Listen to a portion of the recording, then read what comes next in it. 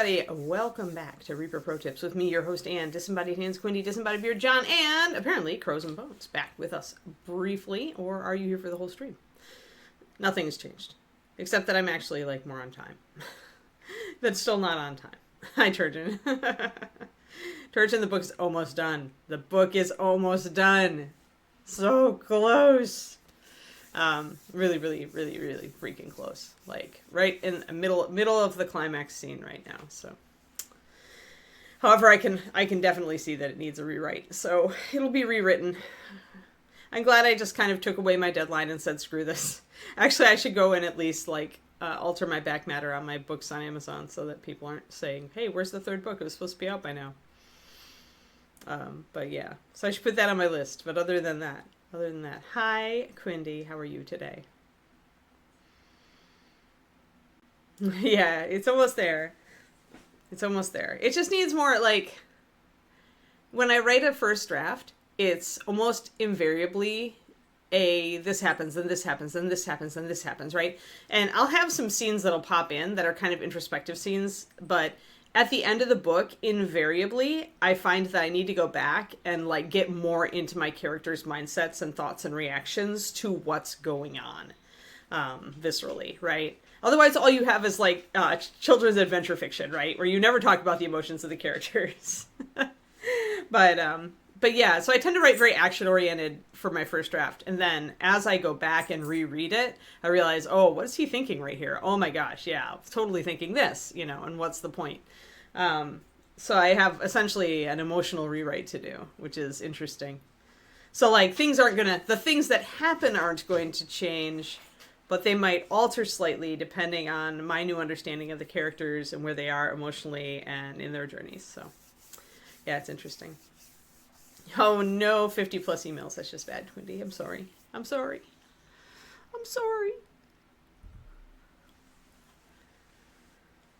You rebuilt. Oh no, rebuilt the fence. Well, hey, exercise, right, Kerniko? Exercise. Cardio, right? Cardio and strength training? Yeah? Maybe some balance training? Never a bad thing. Never a bad thing.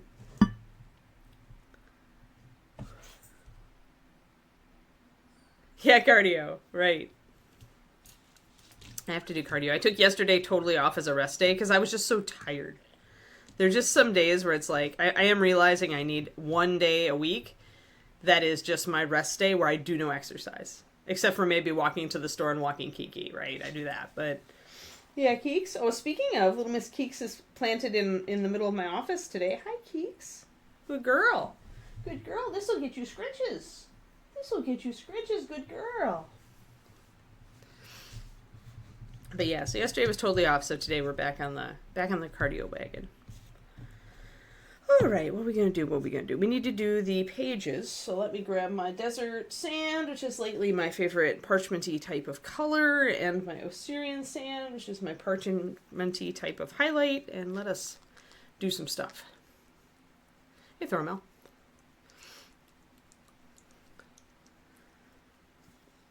I've lost 3 pounds in 10 days, which is about perfect if you're looking at 2 pounds a week. So my new diet and exercise regimen is chugging right along, which makes me super happy because I had been fighting at getting below the 180 mark for months. Really stuck there. Gym rat friends only go to the gym 4 times a week. It depends, like, considering that I do weightlifting, like, 3 days a week. But everything else is just, like, cardio. Pretty easy cardio, too. Like, one day of long walk, and then 2 days of, walk, run. Walk, run, walk. Or run, walk, run. That. The training I'm doing. So I agree that like doing, especially weight training, like there are people who do weight training 5 days a week, but I'm like, to those people. Most of the time, those people are way too serious for me. Right, Bubba? Hey, what's the nibbles? No nibbles, please. Thank you. Hey, Hyper. All right, let's mix up our desert sand, and then let's get our Osirian sand, and we'll just kind of, and then our pure white, probably mix our Osirian sand with pure white and kind of use that as a highlight. I just want to do these pages. I need to do the book.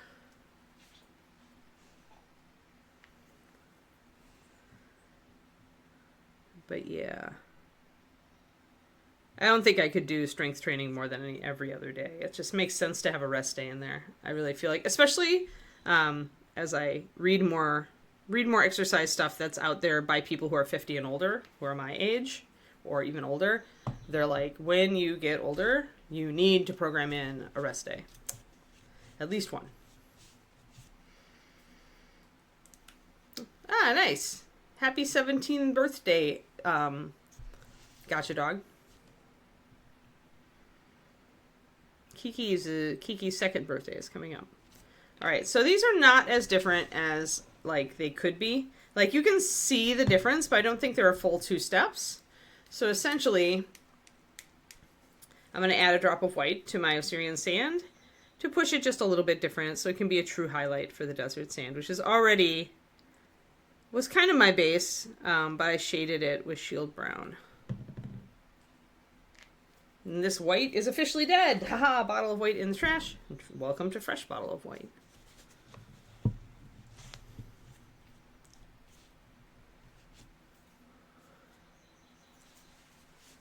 Yeah, I don't, like, my resistance training tends to be heavier.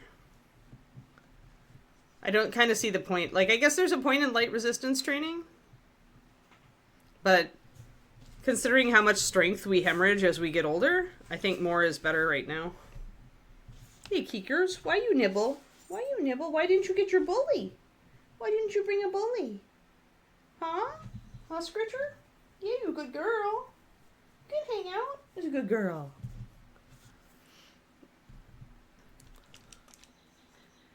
Yes, you are allowed to cycle every day. I think cardio every day is perfectly fine when you're not like totally straining yourself. Like if you're doing huge hills every day and you're really like blowing yourself out, then you probably need a rest day somewhere in there.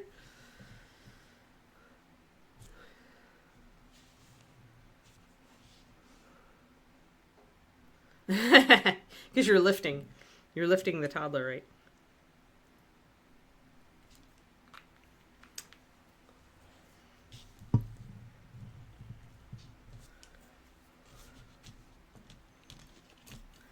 But yeah, we tend to lose muscle mass as we get older, so a little bit more is good for me right now. I feel like I lost a lot since I was in the Reaper department. Well, I had lost a lot. Now I feel like I'm even better. Like technically, I could now take one of those huge buckets of white base, which are over 50 pounds, and I could lift that over my head. I couldn't do that when I was in the Reaper paint department, so. Oh, 30 to 35 pounds. Yeah, that's good. That's a good weight. Work with that. But too squirmy, I'm betting. That's the problem with children and pets. They're too squirmy to use as a real weight metric.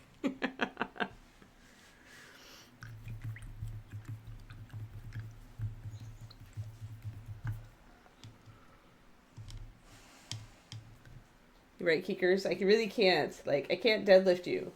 Or I can't bench press you. Yeah, you're too squirmy.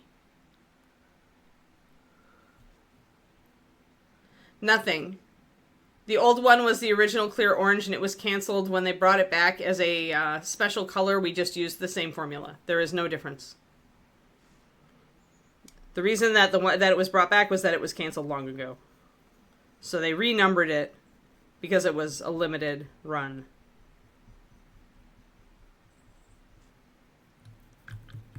So 9130 has a clear orange has not existed for over a decade.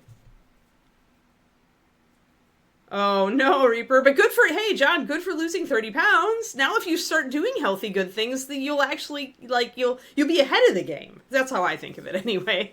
Like if you lose weight because of stress or sickness, it's like, well, now I've got a head start. Like if you could just stop there and then continue going down, right? But you still, congrats on 30. I mean, 30 is a lot.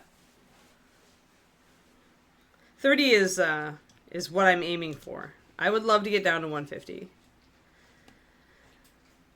We're just going to take it a day at a time. All right, so here's our two colors. Very, very light. I'm going to thin them down. I want to use them. I've started already mostly highlighted the book, but I want to kind of go back into it a little bit, and I need to get the pages down on the books on the base. Who the heck is Tasine?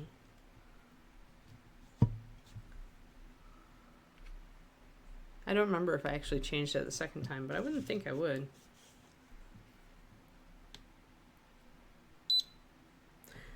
Oh, is there a new one for ReaperCon? So you didn't tell me that, Hyper Bunny. If there's a new one for ReaperCon, then it's different. Because that's not me anymore. You have to give me some context. I thought you meant when we put it out for an old ReaperCon. When we put it out for old ReaperCon, I could tell you that I just reused the formula. But if you're talking now that there's a new one coming out, remember, I don't have any say in that anymore. So I can't tell you.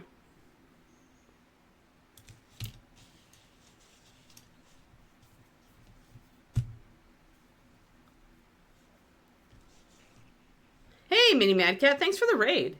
Where did my glasses go? Oh no. No, I can't paint without eyeballs. Eek. All right.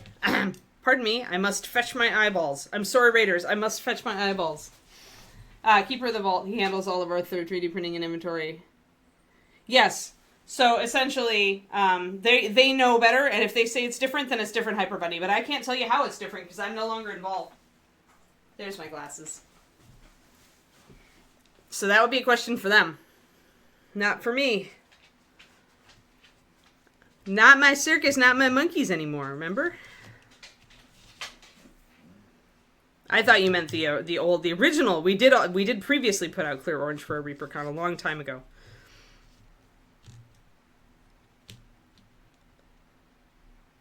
Oh, I see. Interesting. All right. Well, then maybe I changed a bit of it. It's been a while, and I've slept since then.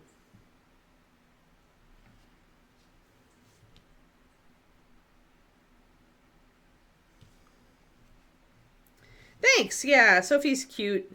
We're almost done with it. Today I'm just going to be doing a little bit more highlighting on the book. The pages down here need highlights, and we'll do some lettering on the book. I need to do her eyes still, but we're really, really, really close. Thanks, Mini Mad Cat. I'm glad you like it.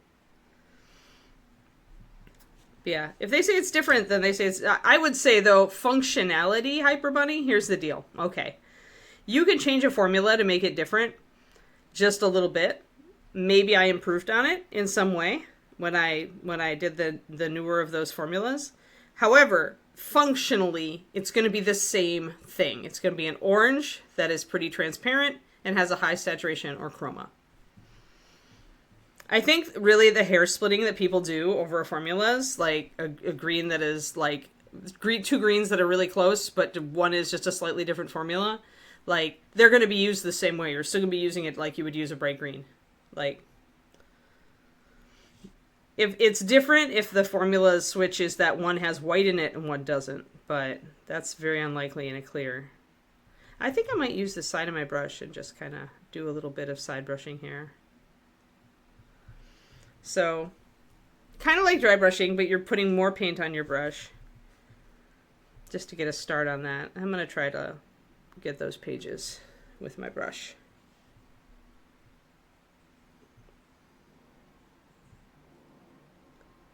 Yeah. Right. Yes. But if I changed it, what I'm telling you is it doesn't really, I guess it doesn't really matter. Usually, if you want just a general assessment, usually when I change something, it's because I've figured out an issue or something I could do better, and I changed that up in the second version. So if I were you, I would order the second version because it's more likely to have been improved by me in its second iteration. That is true of all colors that I redo at any point. Like, if I change the formula, the only reason for me to change the formula is to improve them. Yeah, have a good one, Mad Cat. Bye-bye.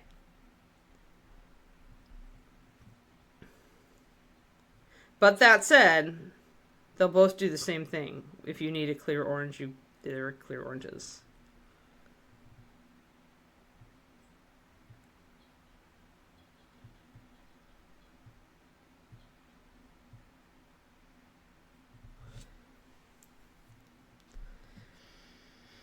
So I started with kind of a little side brush, which it's like not optimal because it leaves a texture, but then I went over the top with more delicate strokes so I can still see the decals there.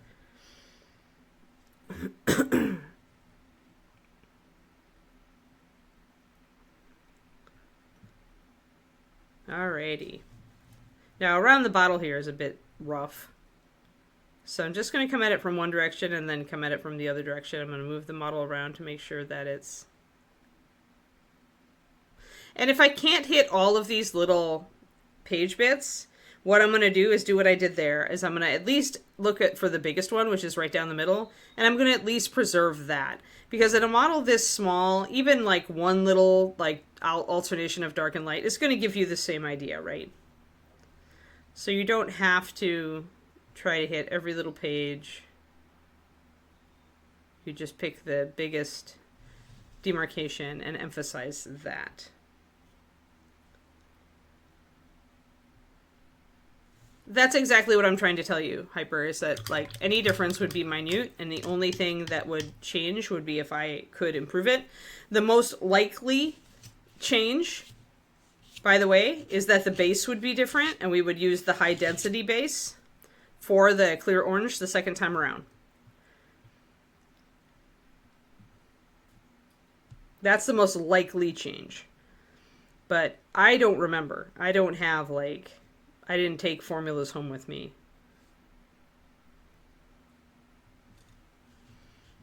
And if I had, I would like have... It would still be 20 years since... Or, a lot of years since I reviewed them. Sorry, not 20. More like 5.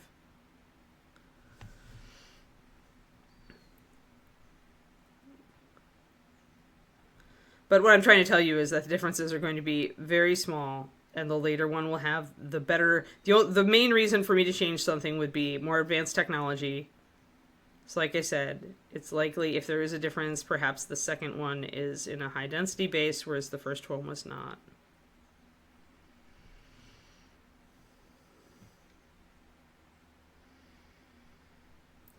Well, then you've defeated the purpose of owning them, Kerniko. You do realize that you can just mix that color, right? Like, get over the fear factor of using your canceled colors. There are very few colors in this world that cannot be relatively easily mixed by you. Although Orchid Purple is one of them.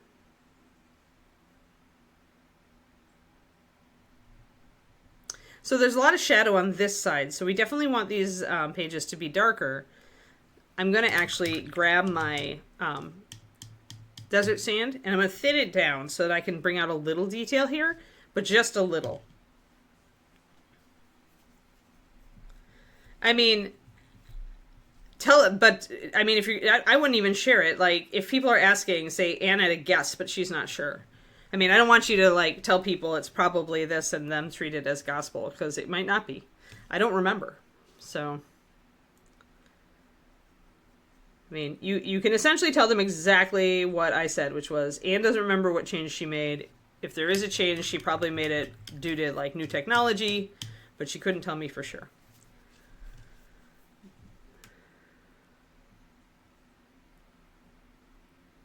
Yeah, I can't verify any of that. It's been a long time, guys. And also, it's a color that I, like, didn't mix all the time. Like, if you were asking questions... So, okay, so there I brought in that, and you can still see that it's a bit in shadow. I did knock out a lot of my shadow. I don't know that I wanted to knock out that much. So I'm going to thin this a little bit more. Hey, Slayer. Or just clip the stream. Yeah, although this is long. But, I mean, you get the idea, guys. Like, essentially, clear orange, I mixed maybe one batch of each of those colors over the course of 17 years. If you asked me about a color that I had made a lot more, I could absolutely tell you a lot more about it. Because if I made a color, like, twice a year for 15 years, then I'm going to remember what changes I made, right?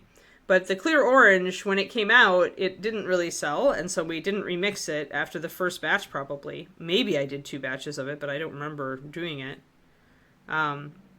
It wasn't a seller, so I got canceled. And then, for the ReaperCon one, I only made it as many times as we needed to fulfill our goodie bags, which is usually like one batch.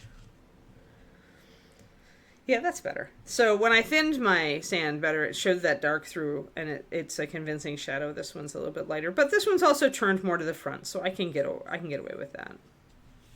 Let's look more pages down at the bottom here.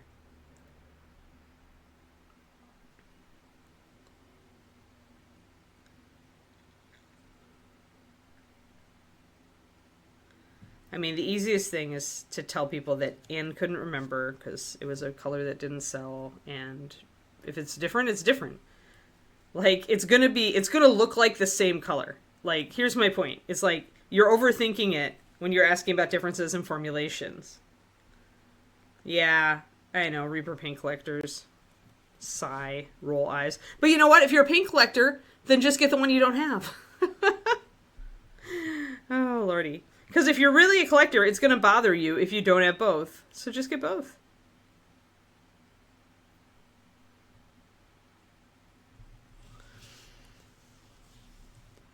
But yeah, this is an overthink because I don't care what the difference is. They're both going to serve the same function. They're still going to be utility.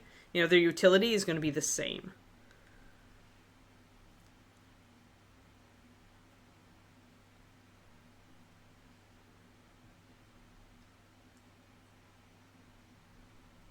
And if they're collectors, they're never going to use this stuff anyway.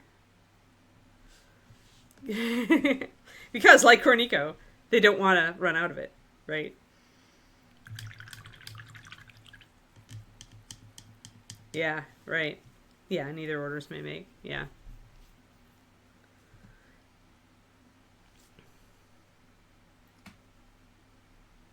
Although, honestly, if it's very close, you could probably just pull the trigger and then at ReaperCon, go up to the mic and ask John or whoever is running it if they can announce that you have a few extra bottles of an out-of-print color, and I'll bet people will come up and buy them. Like, if you're just like a couple bottles short on any of those orders.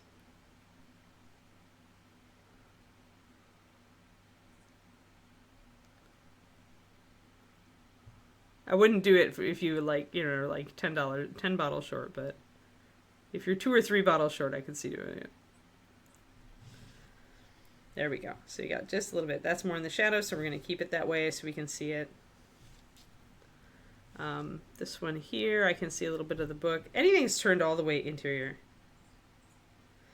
No, APC. Any metal, anything that's done in metal needs to be primed.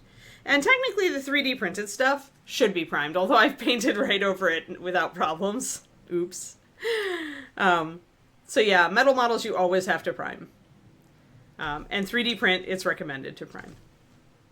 But technically Siocast you also could prime, but any of the bones, like the regular bones or bones black, I would just wash.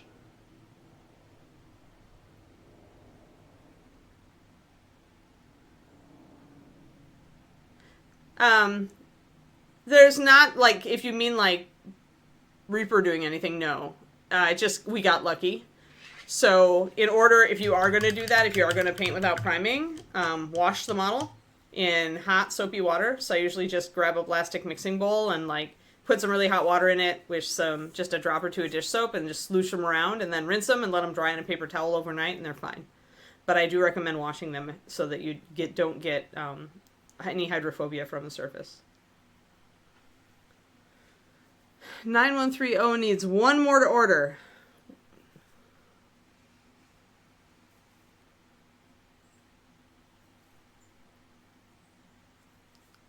Wow, that's really close. You got really close on some of those colors.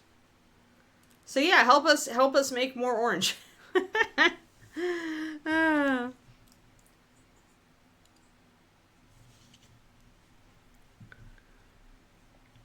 All right, let's get this little bit of book back here. It's really in shadow, so I'm just going to do a little bit out of here because the wings that you can see are the wings will cast a shadow. No problem, APC. Also, APC, I want to point out, if you're planning to game with them, you probably want to prime everything you can prime because it's going to give the model more resistance to rub off. So, like, where you could hesitate on the Siocast models. Like, you don't have to prime them, I've found. But if you are going to game with it, it's going to get more handling. And when you have a model that gets more handling, then you usually want to give it as much durability as you can. And that means that you need to... oh, wait, we didn't do the gold on that. We'll need to get back and do that. That means that you should probably prime it. Just give yourself that extra level of protection.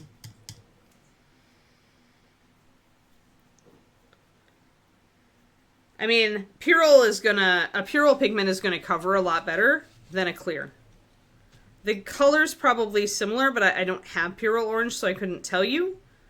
I will say that in general, our clear oranges err down the side of being slightly more yellow. A clear orange is more likely to look like sunrise orange, like that middle orange, rather than Cavalier orange, which is a little darker and redder. I tend to go toward this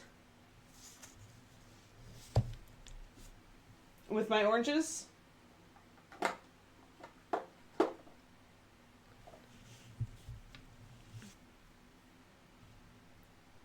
Wow, violet liner. Powder burn brown. Yeah, now that we don't have like volcano brown and stuff, powder burn is really useful.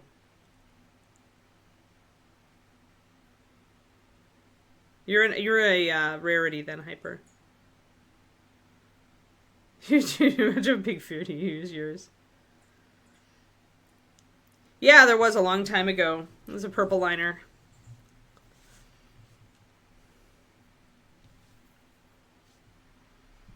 A purple black liner. So if you want something like Death Knight Black but less blue, more purple.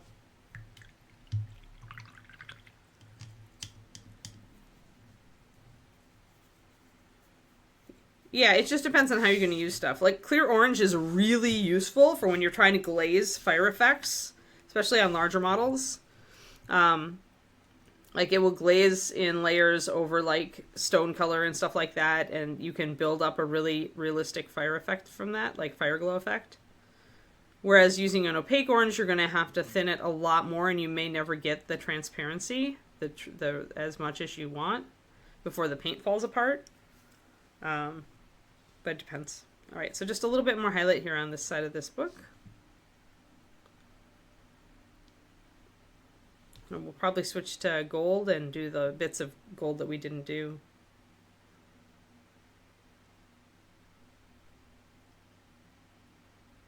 Yep. That's funny, Pendrake. Yeah, it is a very unusual orange. It's definitely more on the red side.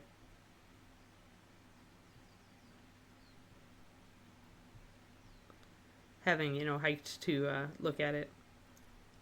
My favorite times to see the Golden Gate Bridge is when it's mostly buried in fog. Because then it just looks really cool. But in order to hike to see it to a good vantage point, you need to go closer to the ocean, which means getting very cold in this area. Something I'm not a fan of. Oh, really? Golden's Purell is fairly transparent. That's interesting because Purells are known as a higher coverage pigment in general. But it could just be that orange just can't be pushed that far.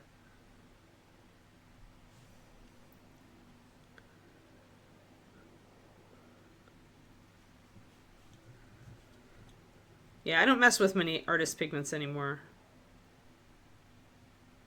And Purell is in that group.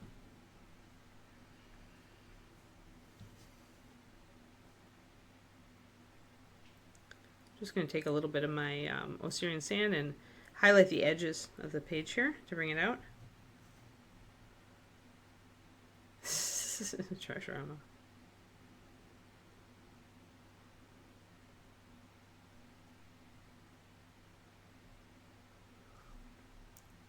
Yeah, you'd have to find a Reaper friend who could pick it up for you and mail it to you.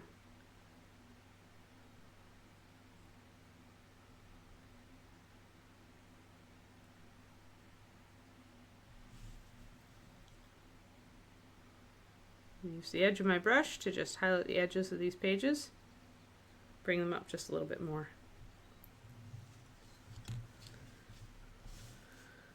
Then it would have been the Bumblebee Bridge. Nobody would like that. I think it's got plenty of visibility. The navy is weird. The Navy doesn't have a great record in San Francisco anyway, since they've like left the shipyard region to like, essentially rot for years. We go to an art show there.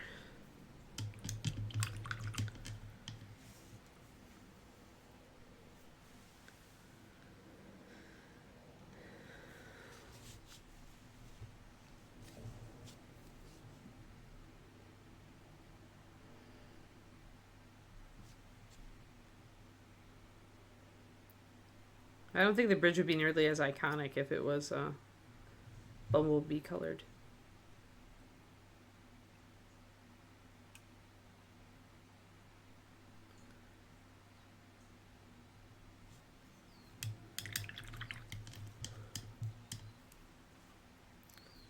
Yeah, like one gigantic caution tape. That would just be bad. Like, who thought that? Obviously, just the Navy thought that was a good idea.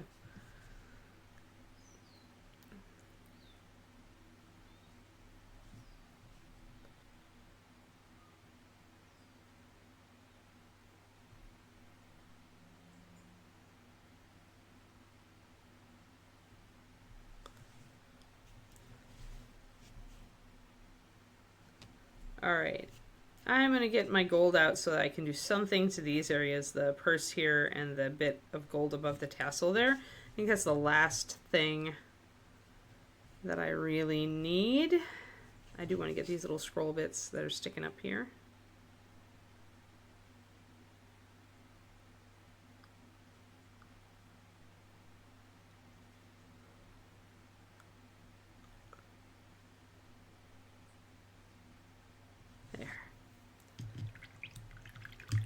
Oh, okay, PC. Sure, no problem. I enjoy my stream. All right, let's put this color back. Put this color, where did I put it? There it is. Put that color back. Mix up some quick gold. So if I really want to quickie my gold, I don't want to mix up a lot of colors. I'm probably going to do my rich leather, my lantern yellow, and my white, and just do a few little bits of each.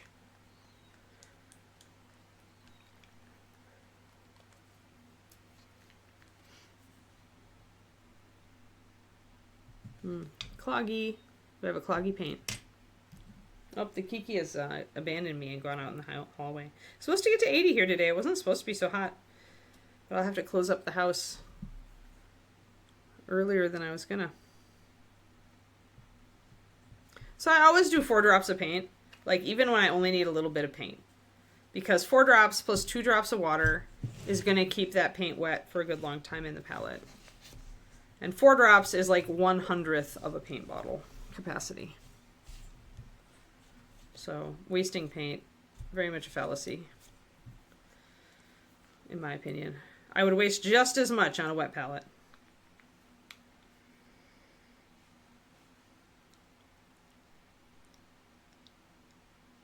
Yeah, it's made me totally glance up and check my painting on the screen. Trash. Like, I've gotten very used to, like, double checking after I paint to glance up at the screen to see how it looks. Because it's bigger.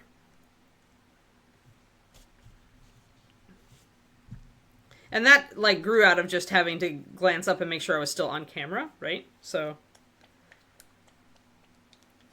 But otherwise, not a lot's changed. No.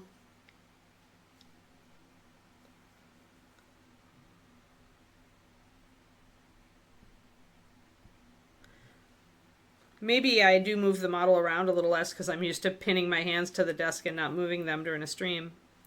But I don't know, because when I paint for myself, Trash, I actually do it in the other room, in the hobby room, David and I's computer gaming and hobby room. And that's a different desk. It's a different setup. It's a different chair. It's a different lighting setup. It's everything. Got different everything almost, except for having the same gray backdrop because I just like having that very, very soothing and mono shade backdrop. But yeah, so like in here, I do tend to have that glance up like reflex, but when I paint for myself, it's not as much so. Since I removed the camera variable. So I'm going to actually thin these 4:1 to start out with, and thin more as I need. But yeah, I've been streaming for so long now that I would be surprised if this hadn't influenced what I do, even a little.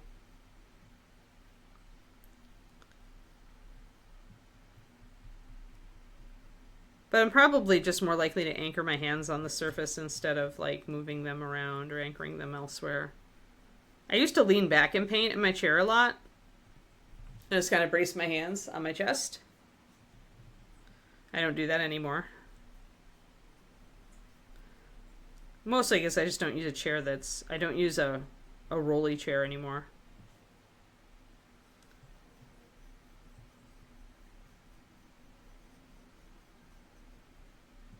Straight back chair is best for me, I've learned. Or no back chair. I'm using a kneeling chair right now.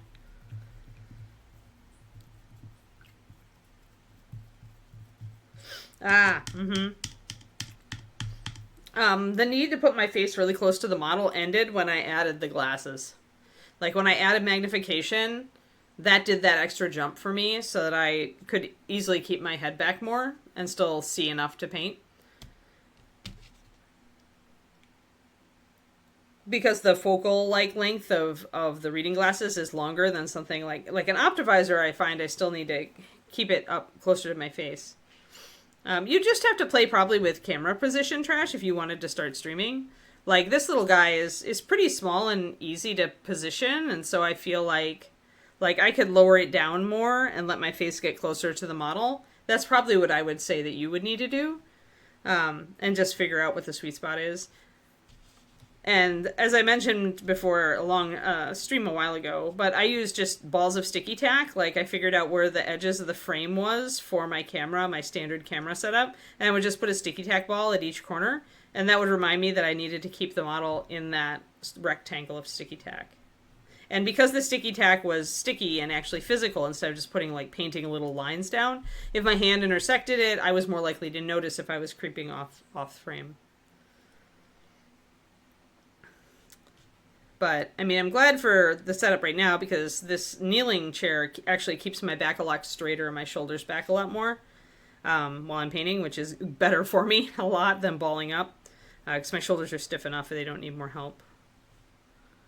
All right, let's go. So we're going to deal with the outer edge of this purse. I also do need some brown liner.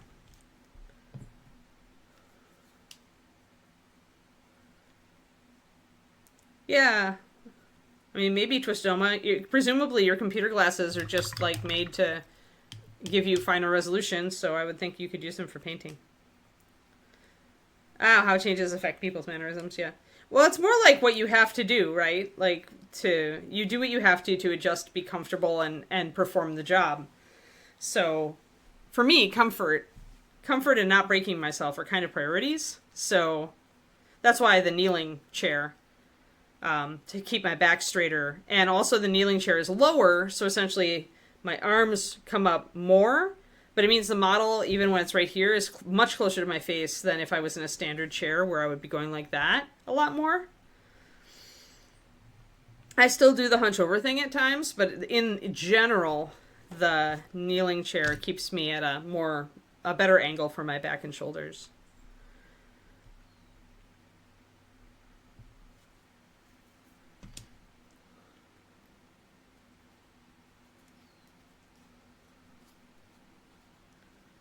I'm trying to think if there's anything else that, like little mannerisms that I've adopted since I started streaming.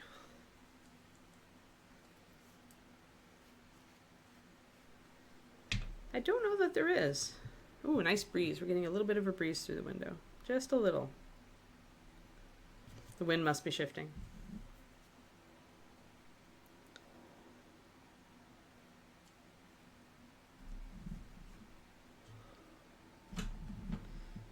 But yeah, I find that it's key to set up my environment just to enable like better habits for myself. So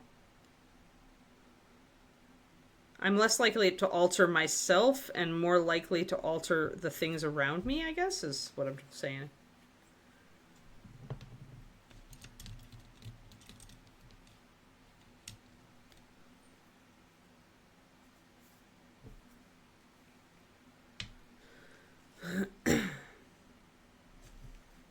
Just mixing up some brown liner. I put a little bit of russet brown in it so it's a little bit less black.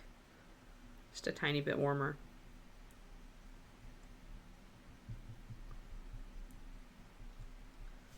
So essentially, instead of doing all the mixes that I normally do for NMM, I'm just doing these, because with these, I can just mix a little bit of everything I need here on top of the palette.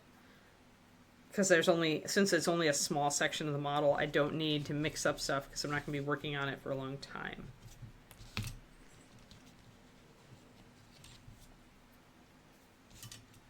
I need to roast some sweet potatoes today. David had a brilliant idea. Actually, for the carrots, because I told him the roasted carrots are my candy now. Like, if I want something sweet, I like crave a roasted carrot, because I do them with that maple glaze. And he suggested I add some pumpkin spice. Do a maple pumpkin spice roasted carrot, and that is essentially my dessert. It actually sounds super tasty, so I might have to try that today.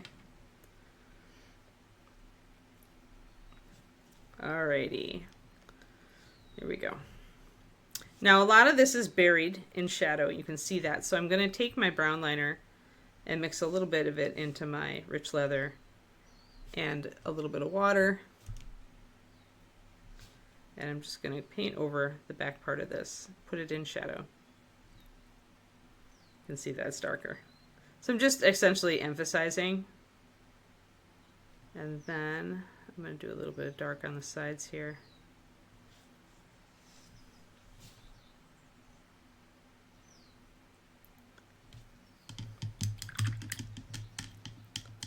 I can't do honey anymore because FODMAPs. Maple syrup's the only non-FODMAP. Is non-FODMAP or honey is not. So if you want a liquid sweetener, I don't know about agave. I didn't bother to look into it because I like the flavor of maple. So when I had that, I was done. My search was finished. But yeah, I have noticed myself reacting to honey, so. Oh, you're the opposite of me, Hyper. I do not like, my digestion system doesn't even like them raw very much these days. I much prefer them cooked. I love roasted vegetables so much. And it is making me eat more vegetables to do that. So now we're bringing up I left a little bit of shadow, because remember, highlight, shadow, highlight, right? Yep, seeds and nuts. Yep. I kind of don't add nuts. I use nuts as a snack twistedoma, but except for that cauliflower, the curry roasted cauliflower that I made, I actually added chopped up slivered almonds to that, which was a great add. But in general, I kind of shy away from throwing a lot of nuts at stuff as add-ons because they add so many calories. Because nuts are such a high caloric food, and part of my thing is that I'm tracking calories a lot more.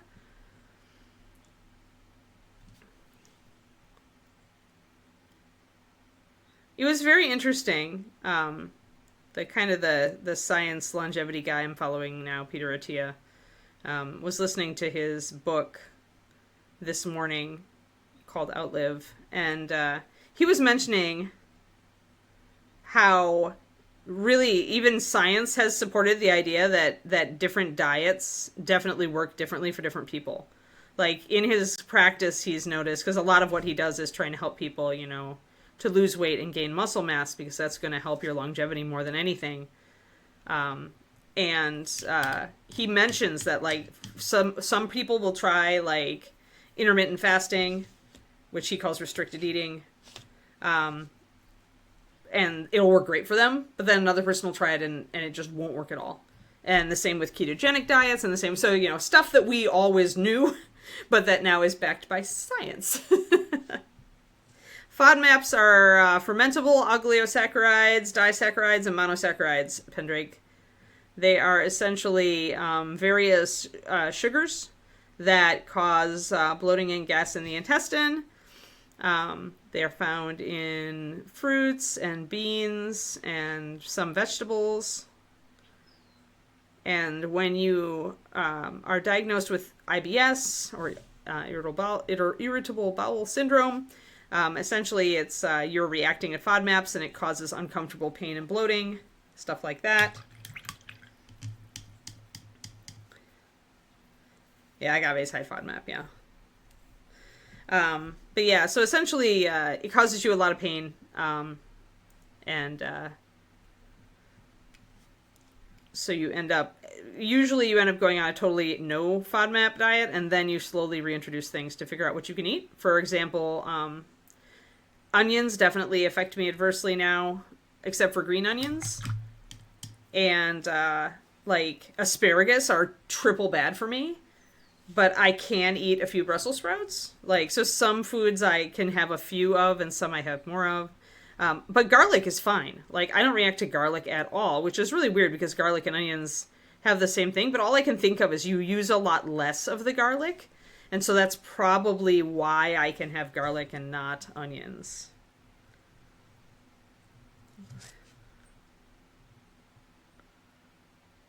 Right. That's a mid-aggressive one, right? Because, you know, you've got the 8-16, and then you've got, like, the 10-14, and then you've got 12-12, 14-10, and 16-8 is the most aggressive. But, yeah. And it works for some people. It is like the antithesis of my being. I can't do it. I can go low-carb till the cows come home, but I cannot do intermittent fasting. It doesn't work for me at all. So yeah, it's another more evidence that we are all different. But it also is pretty hopeful. I like the way that he phrases it. He's like, the one thing is that if you try a diet and it doesn't work for you, like you should actually, maybe you're bummed because you hoped it would, but also understand that somewhere out there is a diet that will work for you. You just have to like try, you have to be stubborn about it and figure out what your triggers are, what your body wants. Like, for me, this diet where I've completely cut out junk food, essentially almost all simple carbs. Like, I kept the maple syrup on the carrots. I kept a tiny, like, we're talking a 1/4 teaspoon of sugar in my oatmeal, just for quality of life purposes. My oatmeal's whole grain, so that doesn't count. It's not a simple carb. And I do allow myself, what's the other thing? I'm allowed to have some fruit. But in general, I've dropped all the junk food, all the baked goods, all the, I wasn't eating pasta anyway, but now I'm like double anti-pasta. And that works for me so well. Like, my body just is like, oh, all right, this is much better.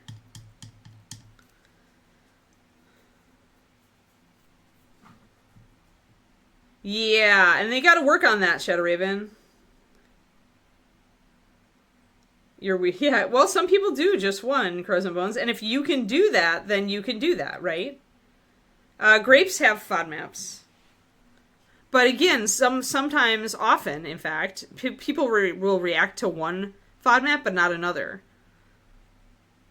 And it just depends, I think, Pendrake, on the amount. It depends on the amount, and it depends on the type. Remember, it's like disaccharides, monosaccharides, there's all sorts of different FODMAP sugars that are out there in different foods. And some people will react to one of those, and some people will react to almost all of them or all of them. And you could, like if I eat a banana these days, I am suffering.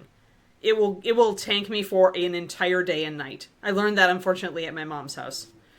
So bananas are off the menu, like even a little bit. Which is sad, because I always liked bananas. But, I can eat pineapple, and I like pineapple more, so. The danger with low FODMAP diet is that, there are a lot of nutritious foods that you might have to cut out. So, you're just like looking for the other places that you can get those nutrients.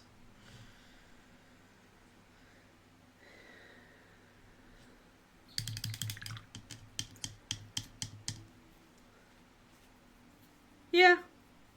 That's pretty good, actually. Yeah, Hyper, that's pretty good. You're right, that's reasonable. for a while I was kind of doing that.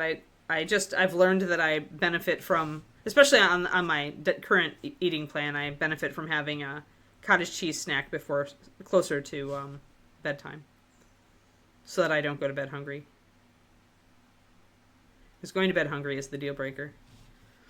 All right, so we've got this. It's a nice yellow color. I think I'm going to actually add just a little bit more to the back of the chalice here because it looks pretty rough. Banana, yeah. I mean, I used to eat bananas. I just can't do them now because once the switch flips in your body, everything changes. I still any day would rather have this than Crohn's disease, though. They found no evidence of Crohn's, so. Yeah, green, yep. And I've always preferred green ones, so, I mean, maybe I could still have that, but I'm just, like, playing it safe. Honestly, guys, like, I learned a long time ago with the keto diet to not focus on all the things I couldn't eat, but only to focus on the things that I could eat that I loved. And that got me through 2.5 years of keto, which many people think is an almost undoable diet.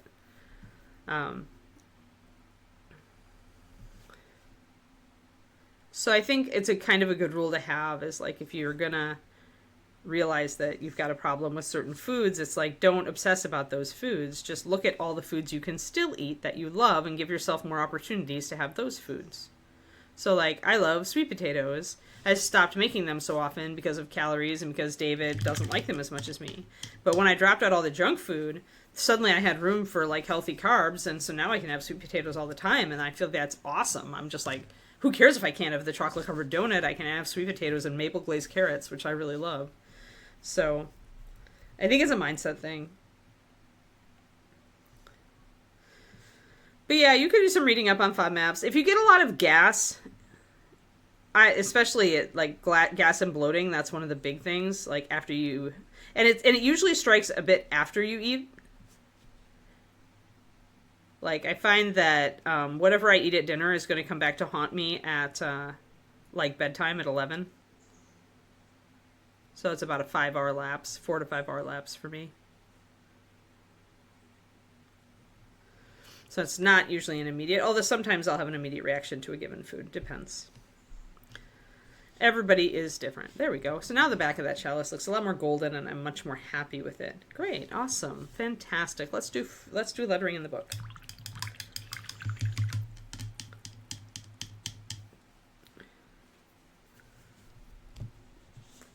Or maybe I'll do her eyeballs first. Actually, her eyeball, since her hair is... yeah, let's do the eyeball. So I'm just going to mix an eyeball color. I've got pure white out here, but I never use pure white. It's too stark. So I'll pop just a little bit of brown liner into it. It's still probably a little bit dark. So I just carried a bit of it over. I'm going to put a little more white in it. You want something kind of off, like stone colored, almost like a yellow gray. That's what our eyeballs actually are.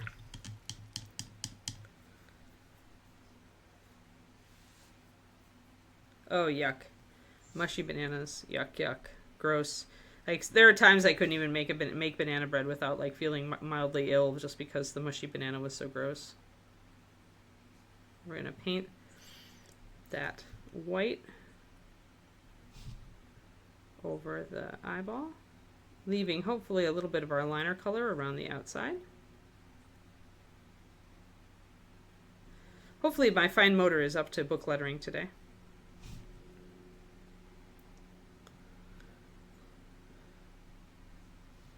Bananas are horrible. Hello! Yeah, I stopped banana bread a while ago just because although I love it, it's so high calorie that I just couldn't enjoy it. Not really. I found myself like making small banana muffins instead and then only having half of one, and then I'm like, but then I wanted more. This is the biggest thing that I've learned from like keto and then now my diet, what I'm doing now, which pretty much drops out almost all sugar, is that sugar really does make me want to eat more. Anything sweet. can do it, but sugar is there. Like, sugar is it. And so I'm finding it very easy. Oh, we need to do her eyebrow, too. She doesn't have an eyebrow. She looks like an alien.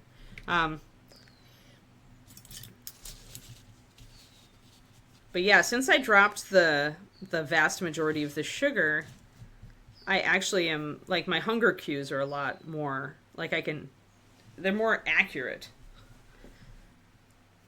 That's because sugar inhibits one of your hunger hormones. And although I had read that before, and I learned it from Noom, I had never really, like, paid attention to it like I am this time, and I'm really noticing it. My hunger impulse is a lot more accurate now. Trying to get that eyeball.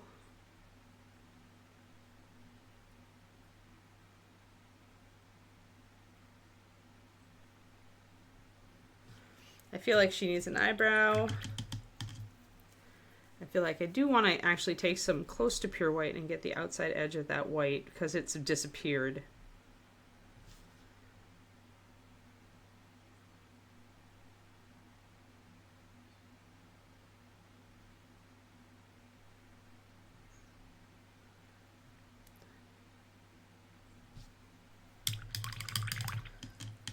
Maximum sugars, yeah. Yes. Yeah, the alcohol is still bad for you. Ah, the swamp dragon is now up for order. Dragons are imminent in your future, Kerniko. Is that what I'm hearing? All right, I'm going to grab her hair color real quick or something close to it. I think I want auburn shadow. Yeah. Just going to do her eyebrow real quick.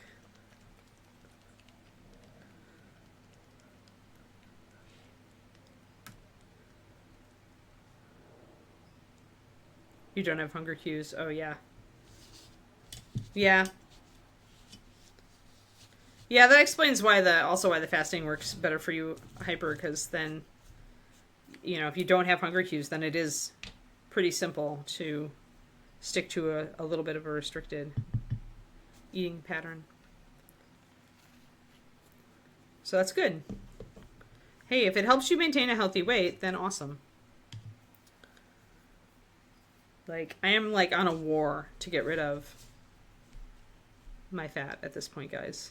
It is full-out war at this time. I am determined. I'm also scared shitless because I'm getting older and I know that, like, overweight is cues for all sorts of health problems. It's one of those warning flags. So I am very determined this time. I was this determined on keto too, and I managed to lose a crap ton of weight, so I have high hopes. Team green banana as well. Oh, yeah. Think about sneezes. That's funny. That's very amusing. All right, let's do this. I think I want to darken this a bit. I got the auburn shadow. I thought it would be dark enough, but I actually, now looking at her, I don't think it is. So I'm going to actually add some of my brown liner into this and darken this color so that it'll make a more realistic eyebrow.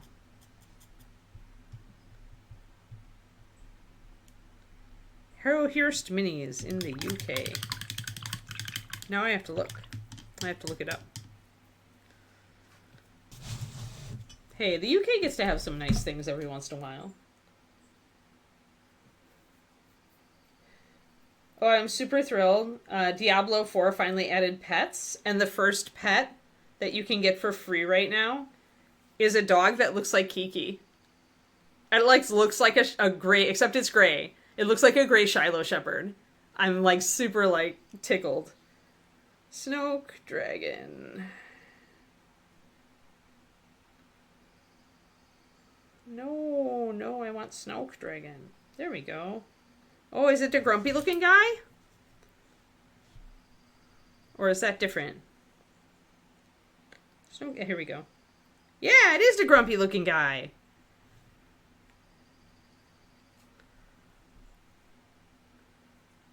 He's got a grumpy face. I like it. It's like Grumpy Cat. It's like Grumpy Cat the Dragon. The UK has correct. And Richard, thank you.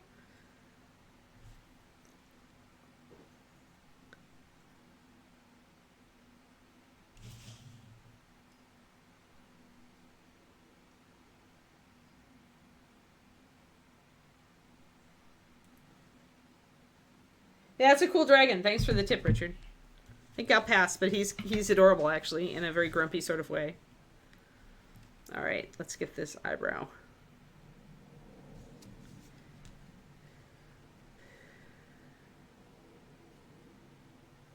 That's really good. Down 40 pounds is huge, Hyper. That's great. Congratulations.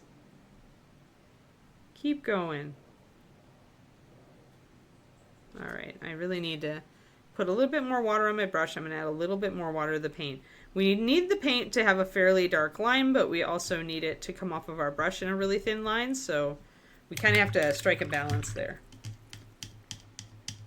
Oh yeah, for the first time you'll have a dragon in MSP. Nice!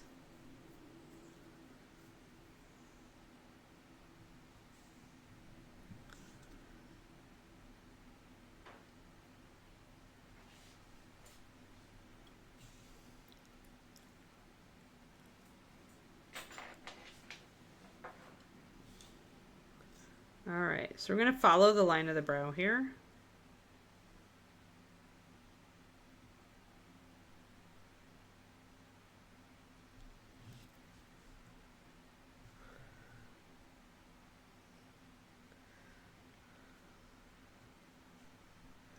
And I want to get a little bit more emphasis on the inner part here.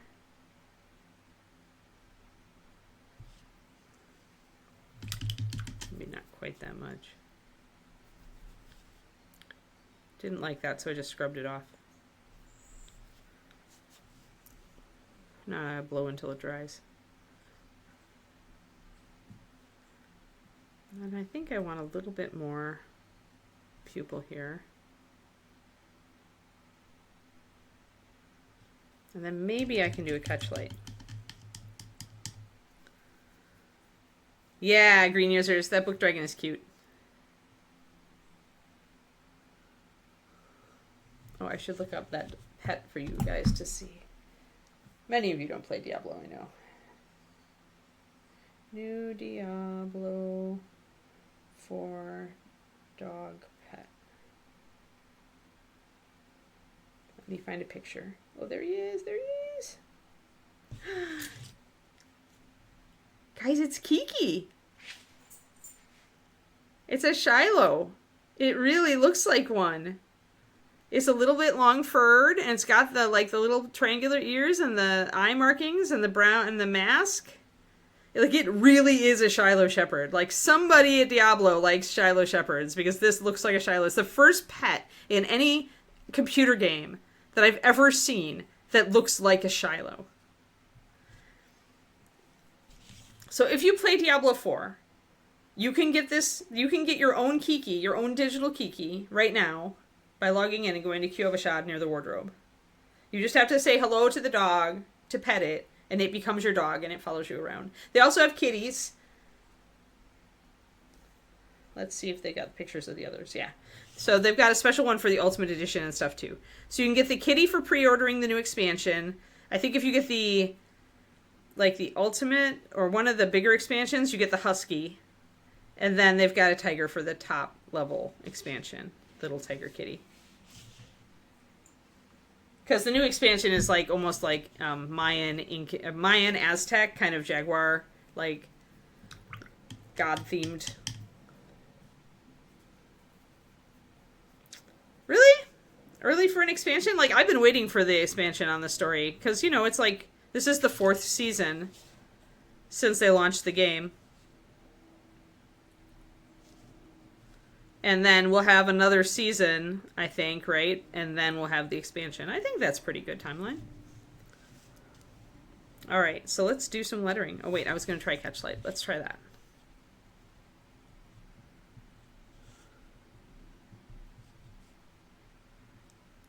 Yeah, what Quindy said, Twistonoma.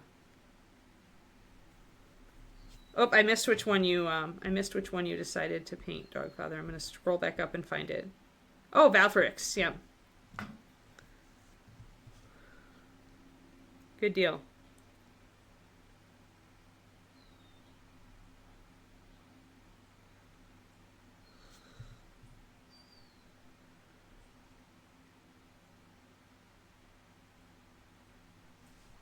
So the thing with catch lights is really hard to do. I got it in there, but I got to be careful. So like trying to do a catch light at 28 is really, really hard. That's that little highlight inside of the iris pupil.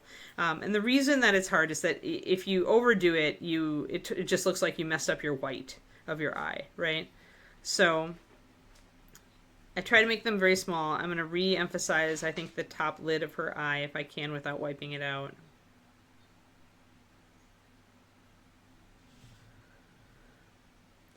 And then I've got a little highlight in there.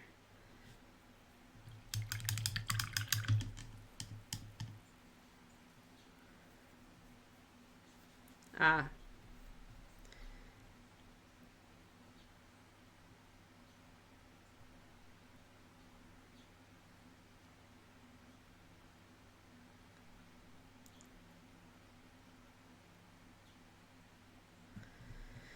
Yeah, I don't expect everything to like stay the same, so I didn't play Diablo 3 after I ran through the first like third of it and then realized it was all just repeating the same darn story. I was really just kind of annoyed and stopped playing it entirely for the rest of its duration, whereas I've actually stuck with this version of Diablo. And I'm excited to see the new story, even though I'm kind of sad because I really liked Mephisto as the Tattered Wolf.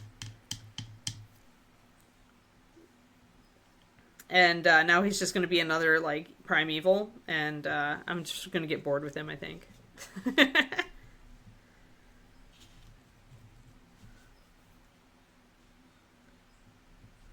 I am mixing up my brown liner, making sure I have an amount of water in it so that I can do thin lines.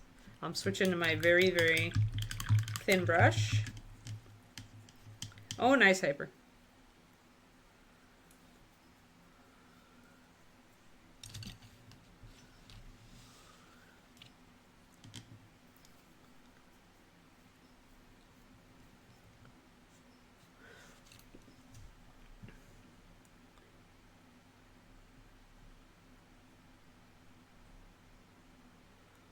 Alrighty. Hold on. I have an idea. I need to look up my idea.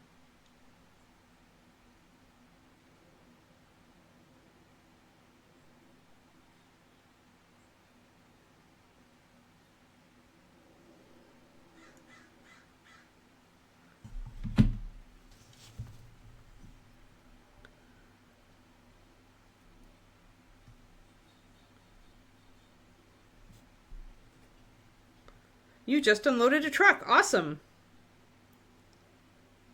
Yeah, that's super, super good. Oh, really?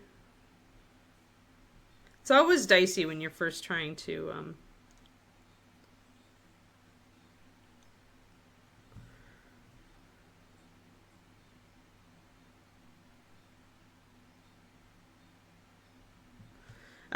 when you're doing letters on books, though, is like, I'm always going to stop talking because I have to breathe out in order to keep my hands steady. So,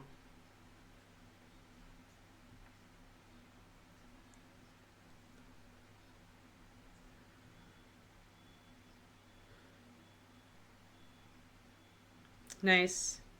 How many more shipments are you waiting on, John?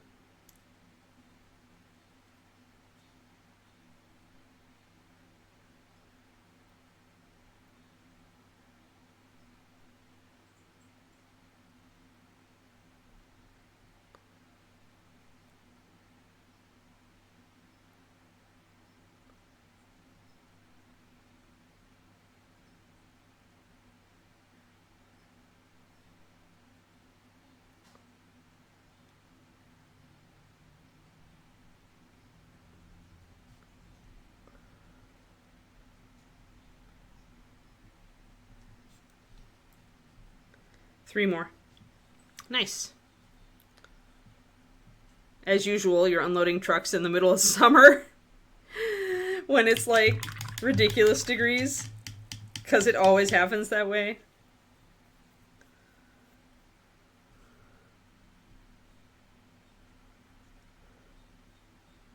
Oh, okay. Overcast. Well, that's nice then.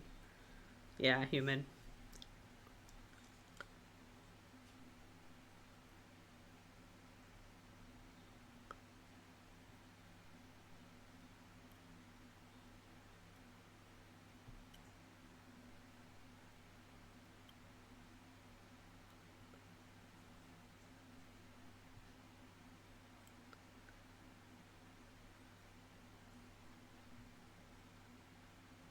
Oh, gotta get a little bit tighter here.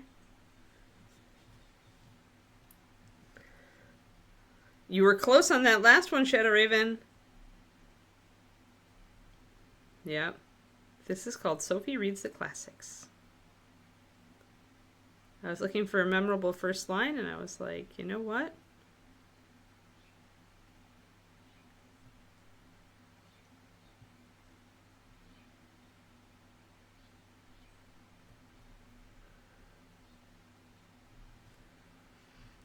And that's our first line, and then we'll get down to like little letters.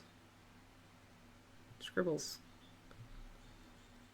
Scribble, and then we'll do the scribble text. Scribble, scribble, scribble, scribble, scribble, scribble, scribble. Scribble, scribble. Scribble, scribble, scribble, scribble, scribble, scribble, scribble. Scribble, scribble, scribble, scribble. Then we'll do more scribbles on the other page. And maybe we'll do a whale. We can do a whale on the other page. Except it's M-A-M-E-L. Yeah, but I can take artistic liberties on a book that I'm doing for miniatures and make the first line very large and then do all the other lines. Because I could possibly make it smaller than this, but not so it would be very legible, I'm afraid.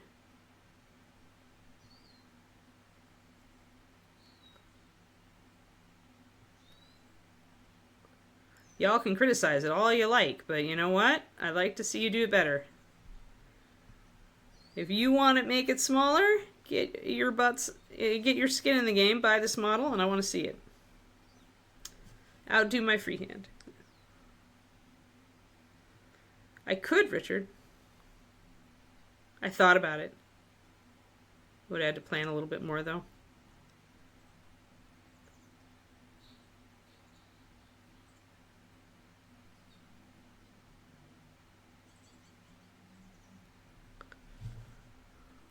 Move my model.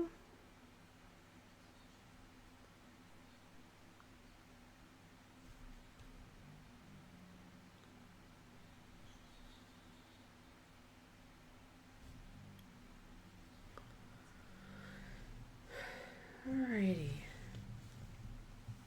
It's kind of wobbly, actually. I'm a little bit disappointed that I got it a little wobbly. I need to fix it. It's not as good as some stuff I've done in the past. I didn't quite, I need to extend the M's up and the A.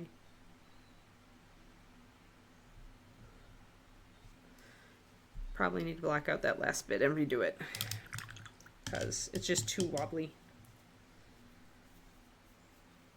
Yep, looks fine. Exactly. No, it does totally, you're right, Richard. Cheating is like, on 28mm, cheating is okay. So I want to block this out and re-letter it. So I'm going to use my desert sand to paint over it. Which, since it has a high quantity of white in it, means just a few coats.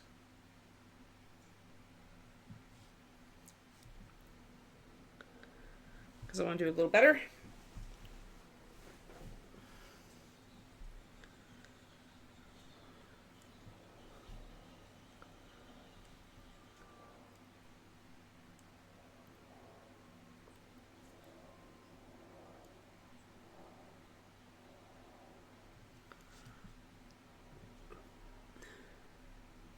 Yeah, I have no problem with people like taunting me online. It's just you have to be willing to put your money where your mouth is then.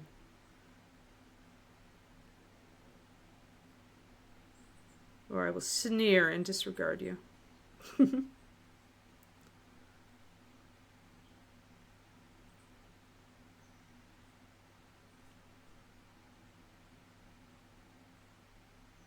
we go. Covered up our previous splorf. Nope. I didn't want that tone.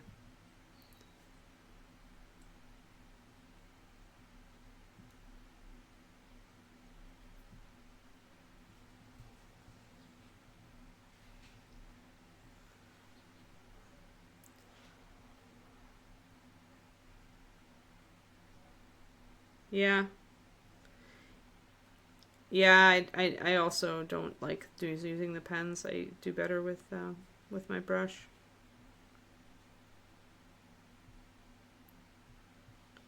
So I want to go a little bit higher here.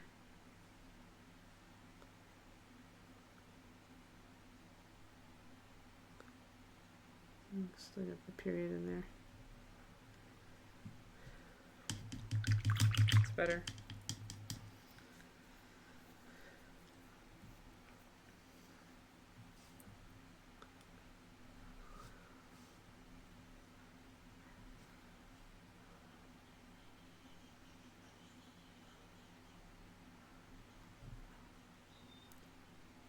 That works.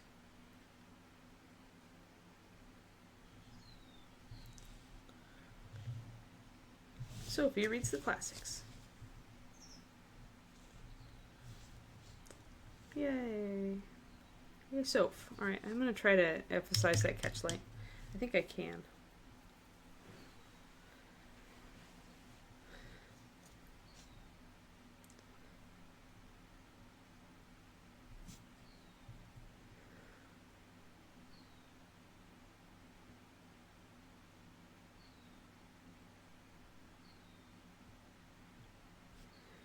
Yeah, that eye is just like not really working the way I want it to. I'm going to keep going back and forth until I get it to work it.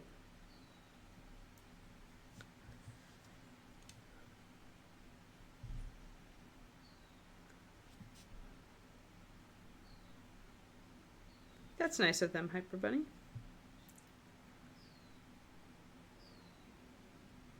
Oh, too much. Too much. Now I have to go back. Eyes can be done, like, when you're using thin paint like I am, you can redo an eye, like, a dozen times and not have to worry about.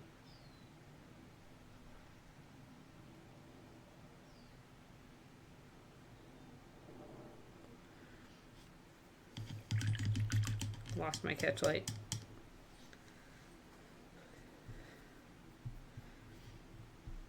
Yeah, that'd be cool if they, like, printed 100 limited copies and paid you and then did the... just had those 100 copies or something like that. Hyper?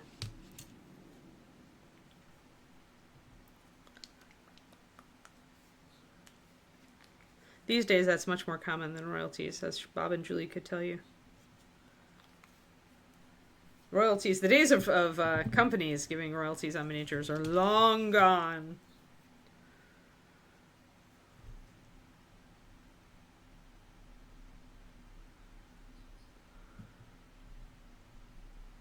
And thickened my white just a little bit. See if I could work it. I may add a tiny bit of flow improver as well.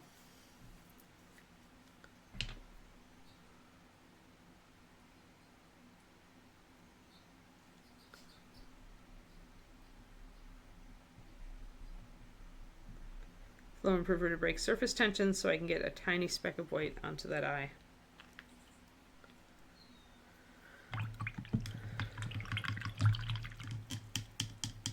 Do I have a... I don't think I've got a replacement model for this one lined up yet. I'll have to look at my stash.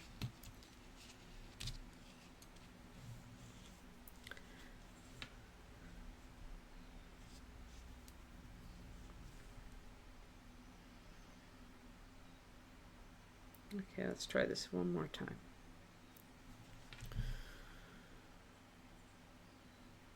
That's not fine enough. I can look at the tip and know that it's too big. There.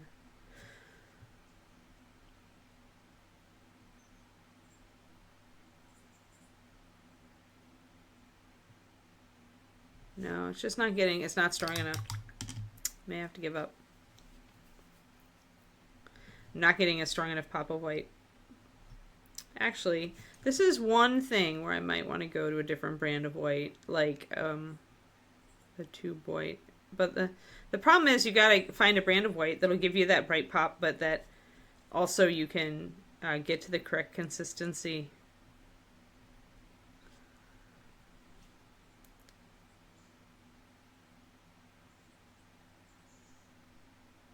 To come off the brush the way you need it to. Okay, bye trash. See you.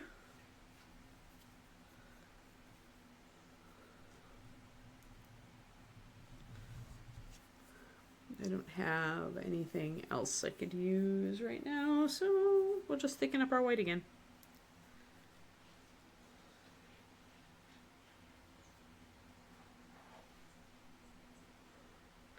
The best thing you can do is to kind of reverse engineer how many hours it took you to do it, Hyper.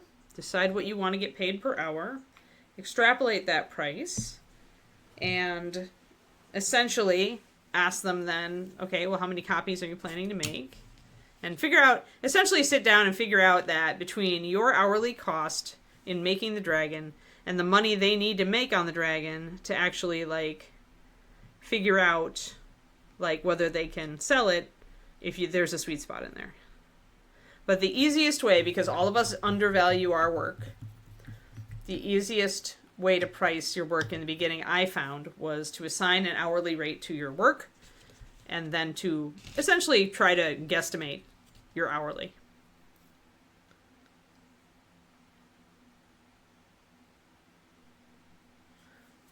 An entire week, like 7 days, and working like 10 or 12 hours a day.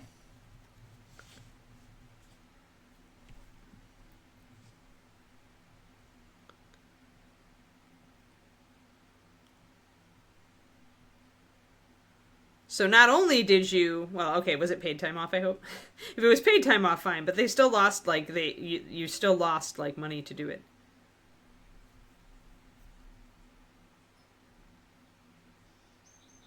Bye, Shadow Raven. Like...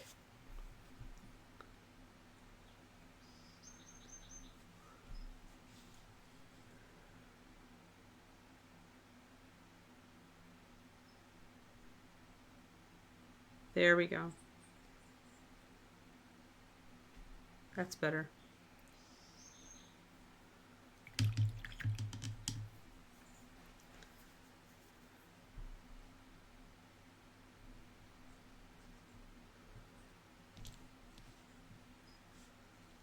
Oh, okay. All right, so it was your decision, so then they don't owe you for time off. I was going to say, if they asked you to do it and you had to take paid time off, technically that needs to be factored in to your cost. However, if you decided to do it on your own, then what, 40 to 70 hours?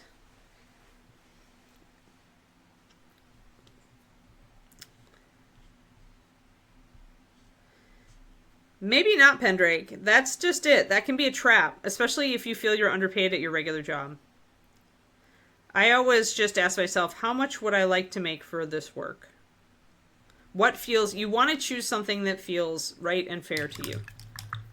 Because if you cut down, like, you just create a kind of a bad feeling about the work if you underprice or overprice. So you kind of... That's why working with them, if they're really honest about it, if they really want to use it, like, working with them to figure out something that works for both of you is probably the best thing. But coming into it with a guesstimate, then I would probably call it 60 hours at a guesstimate. Maybe 50 if you're feeling, nice. And what hourly are you going to pay there? I mean, it's going to... If you're at 50 hours and you're charging $20 an hour right away, that's going to put you way up. I mean, that's $1,000, right? Am I right?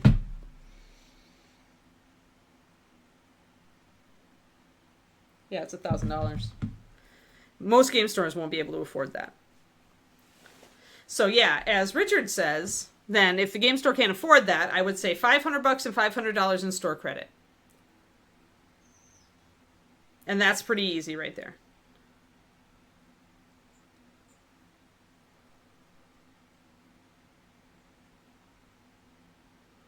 Because, like, my point is more that, like, if you use your regular rate at your normal job, like, you may or may not feel that you are paid, like well for your normal job, and that may be not what you want to get paid to do artwork, right? Maybe different.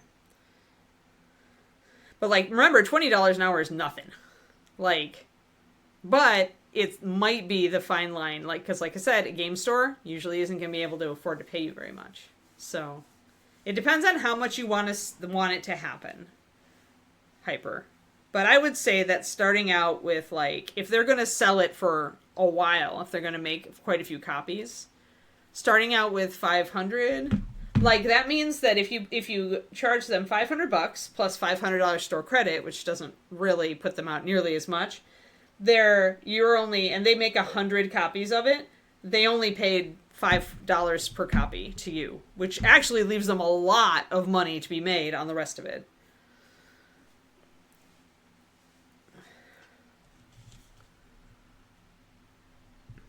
So I think, I haven't seen your dragon. I don't know if it's worth that. I don't know if you think it's worth that. I don't know how much, you've got to come to a number on your own. But that's just an example of how I would have done it back in the day when I really struggled to assign pricing to things that I was doing.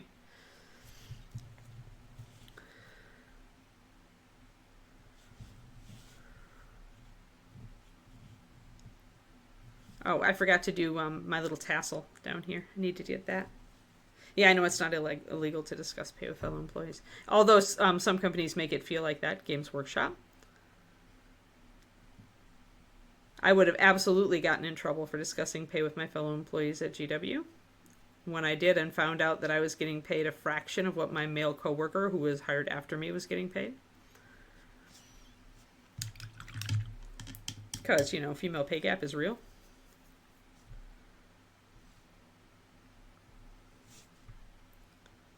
I'm going to do this little tassel bit.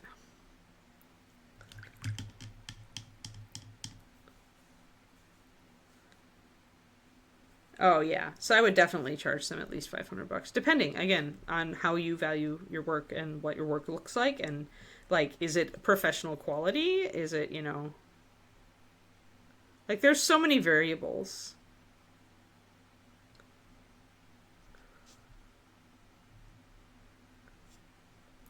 If you feel like it's a very good quality sculpt and that it captures the spirit of the mascot, and you put all that time in it, I would definitely say $500, $500 store credit. Minimum.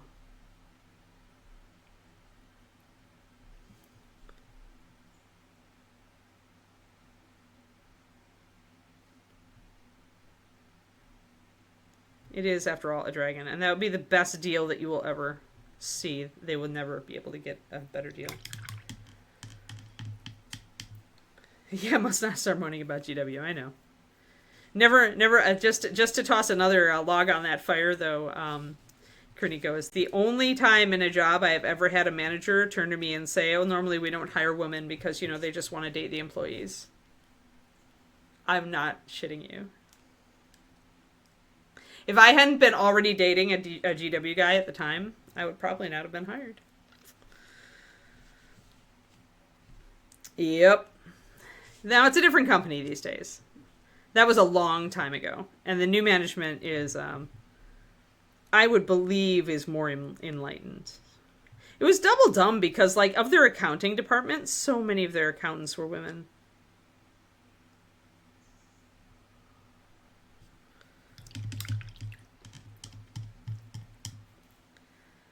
But yeah, that particular manager had zero emotional EQ. Zero EQ. All right, guys. There we go. We have a Sophie, we have a book, we have all the stuff. We need to figure out a base.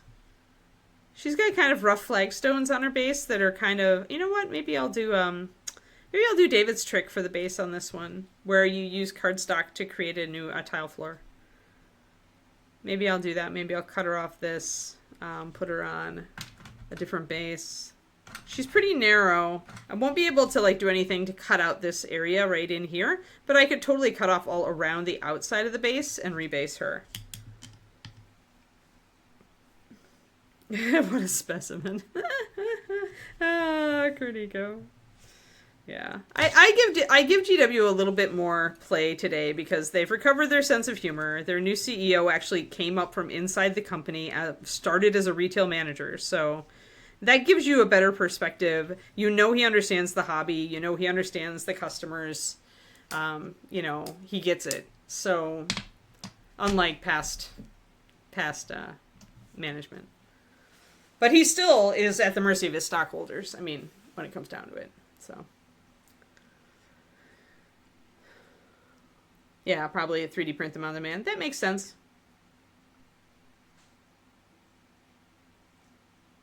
Yeah.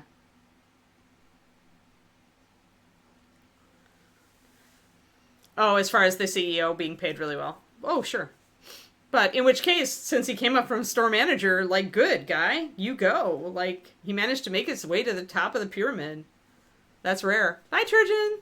Have fun. No, I think cutting it up and making molds from it would give them, like, just too much. Like, then it costs a lot to make each model, right? Whereas 3D printing each model, you can keep your margins lower and make it worthwhile. But, yeah, so next time we hit this model, I think we're going to do the base.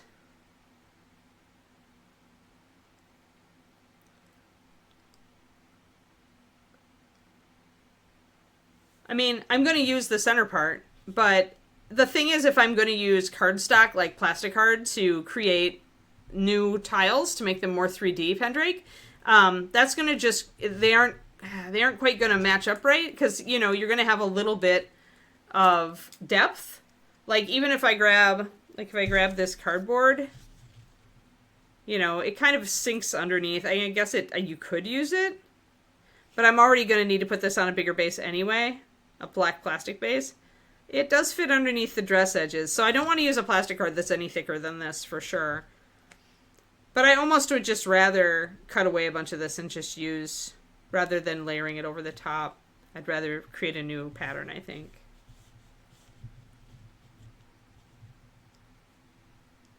Yeah, there's, I mean, the GW guy at the store in Denton is fantastic. There are definitely great people who work for the company. All right, so yeah, next time we'll do that. So tomorrow on Reaper Pro Tips, we are back to Bunny. Brightly colored Bunny. Super loud Bunny. I like super loud Bunny. Super loud Bunny is loud.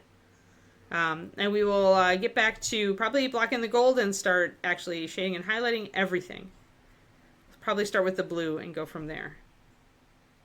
He is so loud. I love him. Maybe I'll stripey pants him. Yeah, back to the other Hyper Bunny. Yep. Exactly. Thanks, everybody. Thanks for tuning in. I hope you all have a really lovely day. A reminder, I will not be here Thursday and Friday. I will be driving north to Oregon and watching Shakespeare and trying to stay on diet. I already warned David I'm bringing the cooler full of my stuff. Yes. So I'm going to be here tomorrow and I'm going to be here Wednesday. But yes, all of you have a lovely day and I will see you again soon. And Rhonda should be on. Yay, Rhonda! 2 p.m. Be sure to show up for Rhonda and give her lots of love. All right. Bye, everybody.